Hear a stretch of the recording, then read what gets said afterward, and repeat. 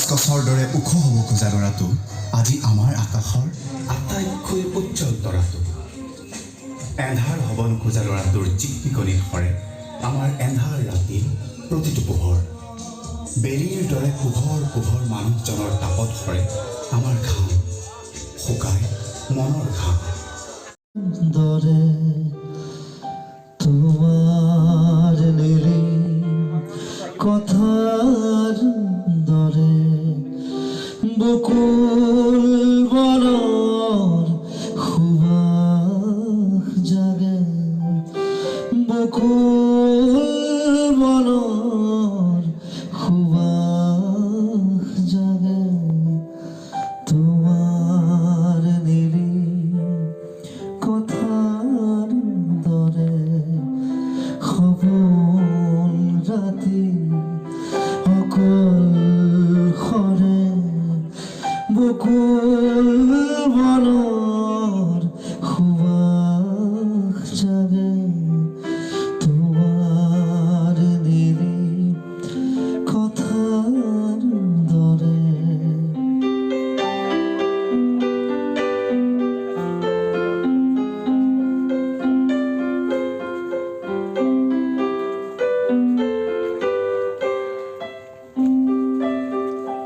উটি ভাহি যায় মখুৰ তোমাৰ নীলিম আকাশলে উটি ভাহি যায় মখুৰ তোমাৰ নীলিম আকাশলে সপোন ৰাতি অকল সৰে সপোন ৰাতি অকল সৰে বকুল বনৰ সুবাস জাগে বকুল বনৰ সুবাস জাগে তোমাৰ নীলি কথাৰ দৰে। Thank you. আমাৰ সংগঠন আছে, নতুন প্লেন আছে, চব সকলো থাকিব লাগিব আৰু গোটেই মিডিয়াখিনিক ধন্যবাদ জনাইছোঁ। আপোনালোকে লাগি আছে দিনে ৰাতিয়ে আৰু মোৰ লগত লাগি থকা মানে আচলতে চুঁচৰি থকা নিচিনা কথাটো। মই ক'ত যাওঁ কি কৰোঁ ক'ত থাকোঁ তথাপি আপোনালোক আছে, সেইটো কাৰণে ধন্যবাদ জনাইছোঁ। সকলো মিডিয়াক ধন্যবাদ। Thank you. Thanks so much. Zubeen Garg music এতিয়াৰ পৰা আপোনালোকৰ বাবে উপলব্ধ হৈ থাকিব। গতিকে জুবিন গাৰ্গৰ কিছুমান অফিচিয়েল পেজ যেনে ইউটিউব, ফেচবুক, ইনষ্টা, টুইটাৰ এই সকলোবিলাক আপোনালোকে প্লিজ আজি ছাবস্ক্ৰাইব কৰিব। আজি এই কৰিলে মানে তেতিয়া আপোনাক হোৱা নাই মই এনেই কৈছোঁ। মই আকৌ এবাৰ আপোনালোক সকলোকে বহুত বেছিকৈ ধন্যবাদ জ্ঞাপন কৰিছোঁ আপোনালোক সকলোৱে অহাৰ বাবে, আজিৰ এই জুবিনদাৰ জন্মদিনৰ দিনাখনি ইমান ধুনীয়াকৈ থকাৰ বাবে। সাংবাদিক বন্ধুসকলক বহুত বেছিকৈ ধন্যবাদ জ্ঞাপন কৰিছোঁ আৰু আপোনালোক সকলোকে বহিবলৈ কওঁ আৰু জুবিনদাক মই তাত বহিবলৈ কওঁ কাৰণ সাংবাদিকসকলে কিবা সুধিব খুজিছে। অকণমান কিবা কিবি সুধিব লাগিলে মানে সুধিব পাৰে এতিয়া। আমাৰ কিন্তু ছাবস্ক্ৰাইব কৰিবই লাগিব। খালি মোৰ ইয়াত ছাবস্ক্ৰাইব বুলি মই লিখা নাই, জুবস্ক্ৰাইব লিখিছোঁ। It's subscribe, it's not subscribe. So' subscribe কৰিব। আৰু সেইটো আইডিয়াটো আছিলে আমাৰ বাবলুৰ ভায়েকৰ বাবা, সিও আছে আজি। বাবা হাতখন লাগি দে। ক'ত গ'লি? বাবাই গোটেই লগোটো ডিজাইন কৰিছে, দেখিছে, গুড ডিজাইনাৰ। বাবা বাবলু আনা। চ' উই আৰ টিম মেম্বাৰ্ছ। বাবাই বহুতে নাজানে তাক, সি বাবলুৰ ভায়েক। চিকবিক ষ্টুডিঅ'তে তাৰ অফিচ আছে আৰু ইয়াক মই এটা কথা ভাল পাওঁ, ইয়াক আমেৰিকাত বহুতবাৰ মাতিলে। ইয়াক ককাইকো আমেৰিকাত থাকে, বহুত ডাঙৰ ডাঙৰ কোম্পানী তাক মাতিলে, সি নগ'লে। সি কৈছে মই অসমৰ পৰা কাম কৰিম, আমেৰিকাত কাম কৰিম কিন্তু অসমৰ পৰা কাম কৰিম।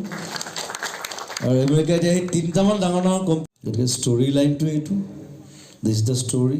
দুজনী ছোৱালী, মই, এনেকুৱা ধৰণৰ গোটেইখিনি কৈ নিদিওঁ নহ'লে ভিডিঅ'টো চাই পেলাই ভাল নাপাব। চ' আমি 4টা কেৰেক্টাৰ, মই, পিংকি আৰু মৌ।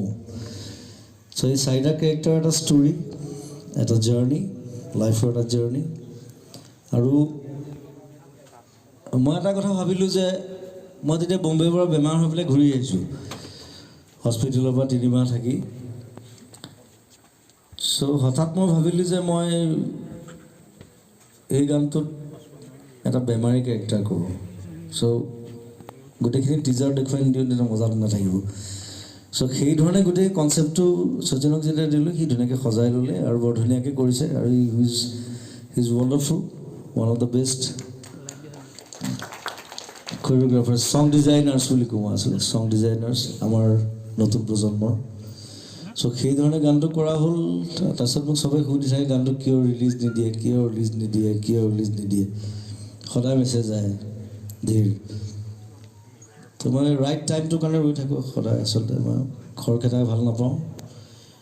আৰু তাৰপিছত ভাবিলোঁ যে মিউজিক লেভেলটো যেতিয়া লঞ্চ কৰিম সেইদিনাই লঞ্চ কৰোঁ একেলগে। আজি টিজাৰটো দিছোঁ আৰু চিঞৰ-বাখৰ কৰিলে বেছি ভাল পাওঁ।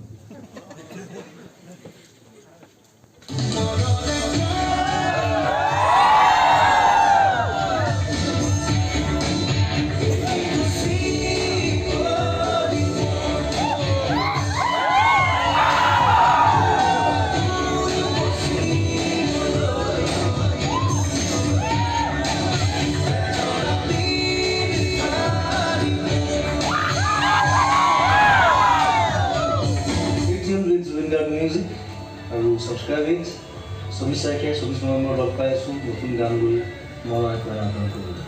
Thank U everyone. ফ্ৰী যেতিয়া আকৌ এবাৰ ইটছ এ টিম ৱৰ্ক, অকল মোৰ কাম নহয়, গোটেই টিমটো। চিনেমা এখনত যেনেকৈ কাম কৰোঁ মই গানটোতো তেনেকৈ কাম কৰোঁ। 9 দিন 10 দিন কোনো গান নকৰে, মই কৰোঁ। খৰচা বাঢ়ি গৈ থাকে কিন্তু কৰি থাকোঁ। যেতিয়ালৈকে কামটো ভাল নহয় তেতিয়ালৈকে আমি ছেটিছফাইড নহওঁ, কথাটো সেইটো। চ' এতিয়াৰ পৰা যিমানবিলাক ভিডিঅ' কৰিম, যিমান কাম কৰিম অসমীয়া ইণ্ডাষ্ট্ৰীত, চিনেমাটো বৰ বিশাল বস্তু এটা, কিন্তু গান কৰিলেও আমি বহুত ভালকৈ কৰিব লাগিব। কাৰণ এতিয়া বাহিৰৰ ভিডিঅ'বিলাক চালেও আমি বিভিন্ন ধৰণৰ কনচেপ্ট, বিভিন্ন ধৰণৰ আইডিয়াছবিলাক ল'ব পাৰি, খালি চুৰ কৰিব নালাগে। So' thank you Sachin, thank you Krishna, thank you Piki ৰাহুলে। এইটো গান প্ৰথম গান যিটো মই মানে আধা লিখিছোঁ, তো ওখ হৈ লিখিলোঁ আজি। অঁ, চ' মই স্থায়ীটো লিখি পেলাই ৰাহুলক ক'লোঁ বোলো অন্তৰাটো তই লেখ, মোৰ লিখিবলৈ মন যোৱা নাই। তো সি অন্তৰাটো লিখি দিলে। সেইকাৰণে তাক পে'মেণ্টটো মই আধা দিছোঁ। মই কৈছোঁ তই এইখিনি পইচাই পাবি। কৈছে কম পইচা দিলি যে। মই কৈছে বোলো তই আধা লিখিছ, আধাখিনি মোৰ।